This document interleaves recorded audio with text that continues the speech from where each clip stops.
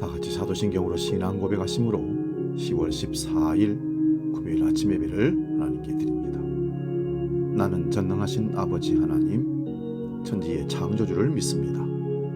나는 그의 유일하신 아들, 우리 주 예수 그리스도를 믿습니다.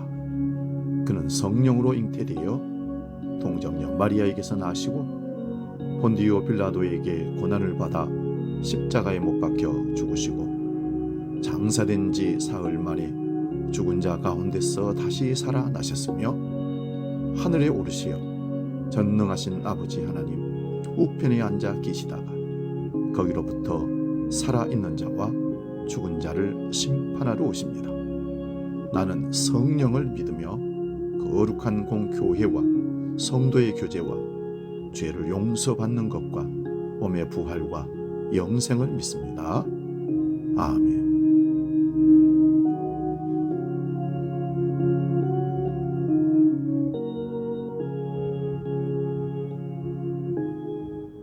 찬송가 265장 주 십자가를 지심으로 함께 찬송합니다.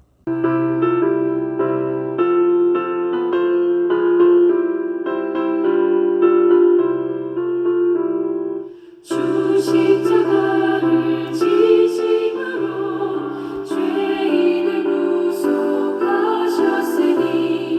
그 피를 보고 믿는 자는 주님의 진노 면하겠네. 내가 그 피를 유월절 그 양의 피를 볼 때에 내가 널 넘어서 가리라. 흉악한 죄인 괴수라도 예수는 능히 구원하네. 온몸을 피에 담글 때에 주님의 진노 면하겠네. 내가 그 피를 유월절 그 양의 피를 볼 때에 내가 널 넘어서 가리라. 오늘 우리에게 주시는 하나님 말씀은 신약성경 요한복음 19장 28절에서 30절의 말씀입니다. 신약성경 182면에 있습니다. 이 말씀 봉독할 때에 살아계신 주님의 음성을 들을 수 있기 바랍니다. 요한복음 19장 28절에서 30절 지금 봉독합니다. 그 후에 예수께서 모든 일이 이루어진 줄을 아시고 성경을 응하게 하려 하사 이르시되 내가 목마르다 하시니 거기 신포도주가 가득히 담긴 그릇이 있는지라. 사람들이 신포도주를 적신 해면을 우수채에 메어 예수의 입에 대니 예수께서 신포도주를 받으신 후에 이르시되 다 이루었다 하시고 머리를 숙이니 영혼이 떠나가시니라. 아멘. 오늘 봉독한 말씀으로 십자가는 완성입니다. 이런 제목으로 말씀을 상고하면서 피차 은혜를 나눕니다. 십자가는 완성입니다. 신앙생활을 하다 보면 열심히 해야겠다는 결심이 섭니다. 예배를, 기도를, 성경 읽기를, 전도를, 선교를 하겠다고 합니다.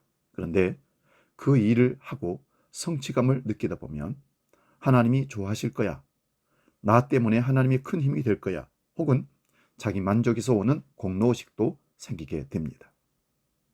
천국에 들어가는 일에도 이 공로의식이 작용하게 되면 이것으로 나는 천국에 갈 거야 하는 마음이 생기기도 합니다. 다른 사람들이 그를 판단할 때도 저분은 천국 가고 큰 상을 받을 거야 합니다. 여러분, 구원의 능력이 모자라서 저 사람이 잘한 행위로 구원이 완성되는 것처럼 느끼게 하는 이런 말들을 하게 된다는 사실입니다. 하지만 주님은 다 이루었다 하셨습니다. 이 말씀은 예수 그리스도께서 십자가에 달려 죽으시면서 하신 말씀입니다. 이 말씀을 하시기 직전에 예수님께서는 내가 목마르다 하셨습니다. 이때 예수님께서는 인간적으로 극심한 고통 속에 있었습니다. 그런데 전혀 기대하지 않았던 다 이루었다는 말씀을 하셨습니다. 다 이루었다는 것은 무언가를 완성했다는 의미가 아니겠습니까? 완성이라고 하면 자신이 볼 때 만족스러운 상태, 흠이 없는 상태를 가리키는 겁니다.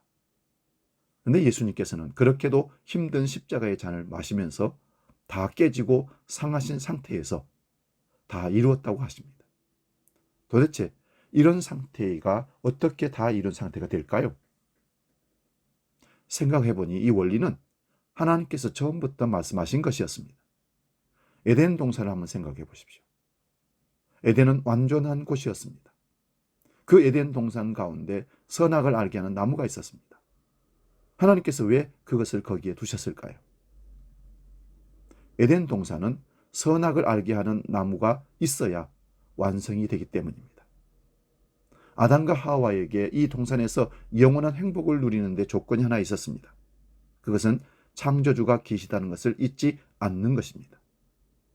선악을 알게 하는 나무가 바로 이 땅의 주인이 하나님이심을 알려주고 있는 말씀입니다. 겉으로 볼 때 제한이라고 생각되는 것은 결국 완성을 위한 것이었습니다. 그런데 사단은 그것은 완전하지 않은 것이라고 말했습니다. 그리고 자기 만족과 제한이 없는 상황을 추구하라고 합니다.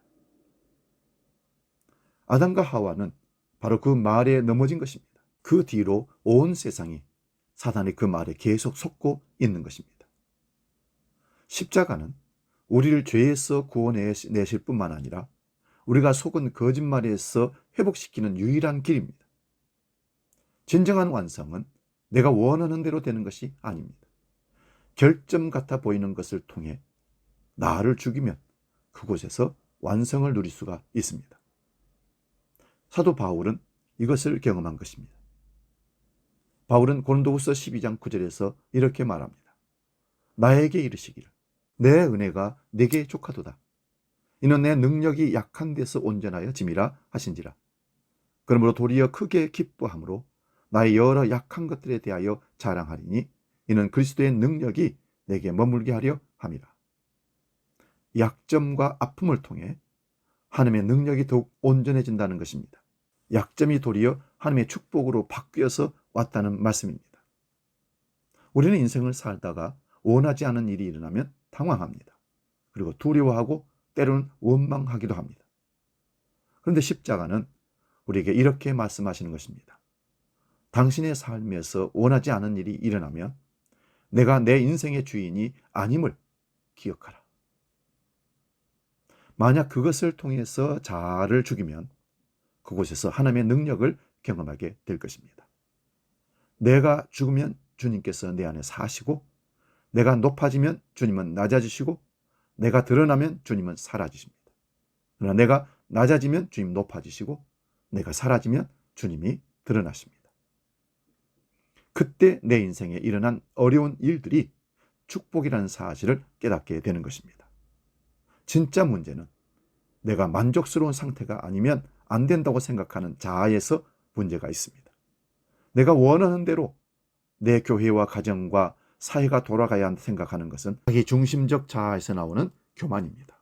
하나님이 가장 싫어하는 것 중에 하나입니다. 그런데 그렇게 생각하는 것이 모두 분쟁의 근원이 됩니다. 반대로 자기를 버리면 그곳에 평화가 생깁니다. 자기를 부인하면 그곳에 진정한 만족감이 생깁니다. 사랑하는 여러분, 십자가의 소리를 귀 기울여 보십시오. 나 죽어 너 살리는 하나님의 지혜의 능력이 그 안에 들어있습니다. 주님이 십자가에서 피와 물을 흘려 죽으심으로 죄인일 수밖에 없고 죽을 수밖에 없고 멸망받을 수밖에 없는 존재들을 살려내시는 십자가의 사랑. 우리는 그 십자가의 소리에 귀를 기울이고 날마다 십자가의 완성을 만끽하며 그저 하나님의 은혜로 감사하며 살아가는 우리 모두가 될 수 있기를 주의 이름으로 축원드립니다. 기도하겠습니다. 십자가는 완성입니다.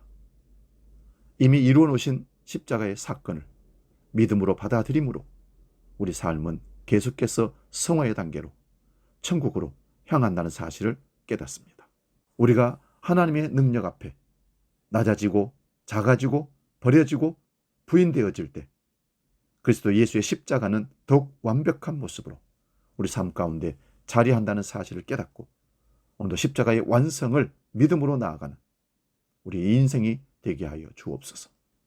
이제 주기도로 함께 기도합니다. 하늘에 계신 우리 아버지, 아버지 이름을 거룩하게 하시며 아버지의 나라가 오게 하시며 아버지의 뜻이 하늘에서와 같이 땅에서도 이루어지게 하소서. 오늘 우리에게 일용할 양식을 주시고 우리가 우리에게 잘못한 사람을 용서하여 준 것 같이 우리 죄를 용서하여 주시고 우리를 시험에 빠지지 않게 하시고 악에서 구하소서. 나라와 권능과 영광이 영원히 아버지의 것입니다. 아멘.